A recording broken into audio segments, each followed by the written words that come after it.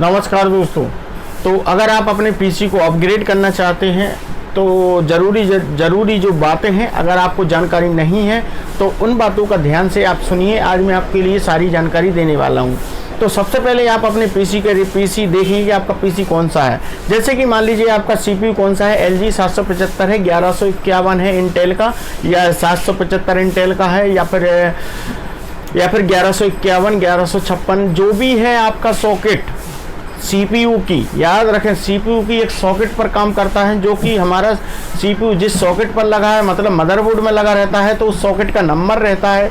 Number ऐसे मान लीजिए कि हर सीपीयू का साइज थोड़ा डिफरेंस रहता है।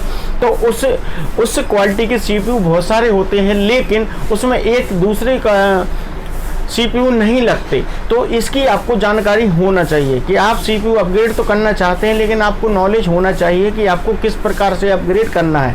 मान लीजिए आपका मदरबोर्ड LG 775 सीपीयू को सपोर्ट करता है, तो LG 775 की जो सॉकेट होती है वो कुछ अलग रहती है। अगर आप सोच रहे हैं कि मैं उसमें i3 या i5 सीपीयू डलवा लूँ, तो आप बिल्कुल रॉन्ग सोच रहे हैं। इसलिए LG 775 में LG 775 ही सीपीयू उसमें काम करेगा। सीपीयू मतलब प्रोसेसर, याद रखें।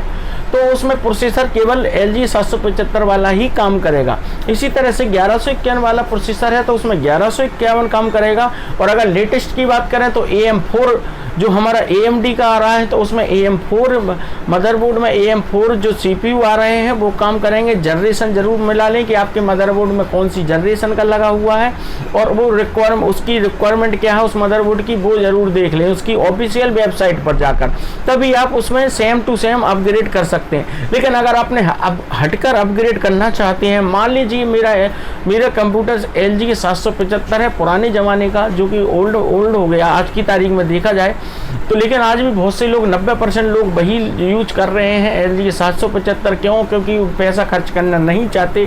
तो अगर मैं सोचूं कि उसमें i3 सीपीयू डलवा लूं, तो वो मैं नहीं डलवा सकता। क्योंकि मदरबोर्ड में जो लगाने की जगह है वो केवल वही उस कैटेगरी के सीपीयू लगाने की जगह है।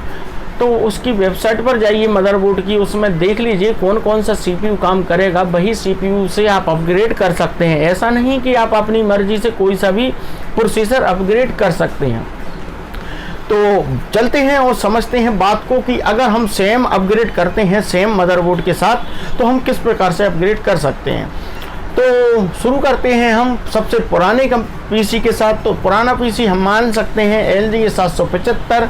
तो LG 775 में मान लीजिए आपका ड्यूल कोर सीपीयू लगा हुआ है, तो उसमें आप क्या कर सकते हैं। ड्यूल कोर लगा है, DDR3 रैम लगी हुई है, और आप उसको अपग्रेड करना चाहते हैं।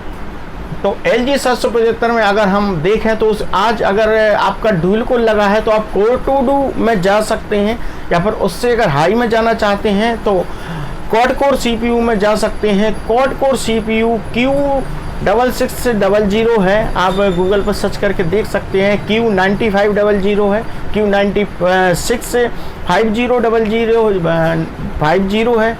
Q9650 है। तो इंटेल के इस तरीके से सीपीयू आपके आएंगे क्वाड कोर LG 775 में, जो हाई स्पीड में है।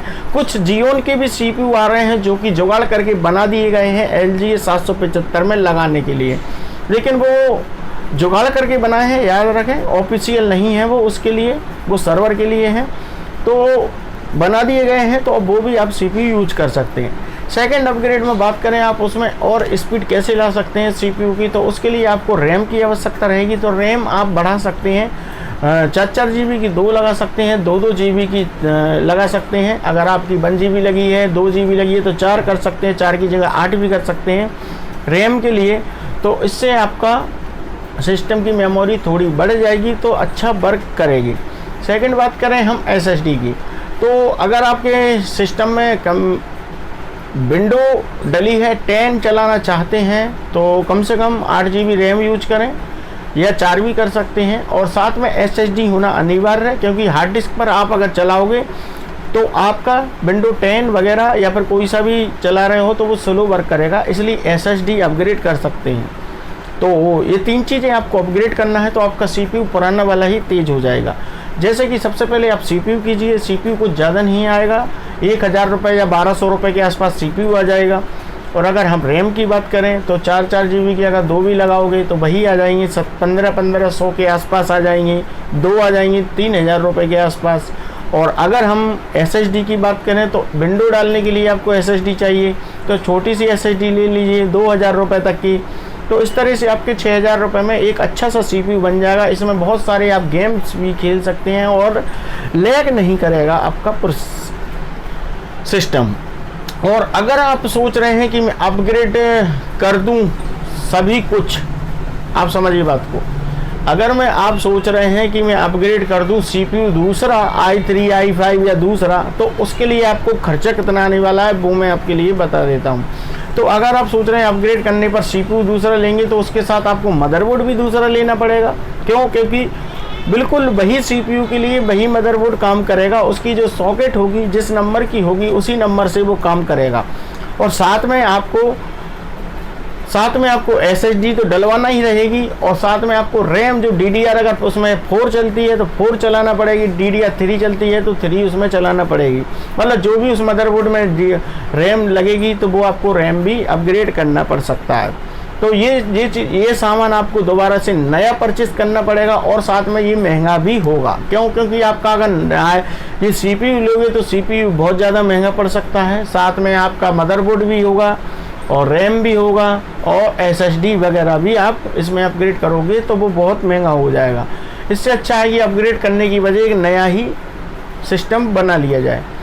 तो अगर आप प्रोसेसर चेंज करोगे तो नया ही बनाने में आपका फ़ायदा है, और अगर आप सेम प्रोसेसर यूज करोगे जिस सॉकेट का है तो आप अपग्रेड करने में फ़ायदा है, वो आपकी चॉइस है। और एक चीज़ और छोटी सी इंफॉर्मेशन दे दूं दोस्तों कि अगर आप 64 बिट ऑपरेटिंग सिस्टम चलाओगे तो रैम आपकी 4 GB से ज़्यादा आप यूज कर सकते हैं, मतलब 8 GB भी यूज कर सकते हैं, 16 GB यूज कर सकते हैं 64 बिट पर। लेकिन अगर आप 32 बिट चला रहे हो तो 4 से ज़्यादा आप नहीं चला सकते। आप लगा भी दोगे 4 से ज़्यादा तो वो काम नहीं करेंगी। तो बात यही है कि आप 4 से ज़्यादा अपग्रेड ना करें अगर आप 32 बिट ऑपरेटिंग सिस्टम चलाना चाहते हैं। तो छोटी सी अपडेट थी दोस्तों, आपका CPU system, computer system upgrade करना चाहते हैं तो कर सकते हैं। छोटी सी नॉलेज थी। वीडियो अच्छा लगा हो तो सब्सक्राइब कर देना, बेल आइकन दबा देना। मिलते हैं किसी नेक्स्ट वीडियो में। थैंक्स फॉर वॉचिंग दोस्तों, बाय।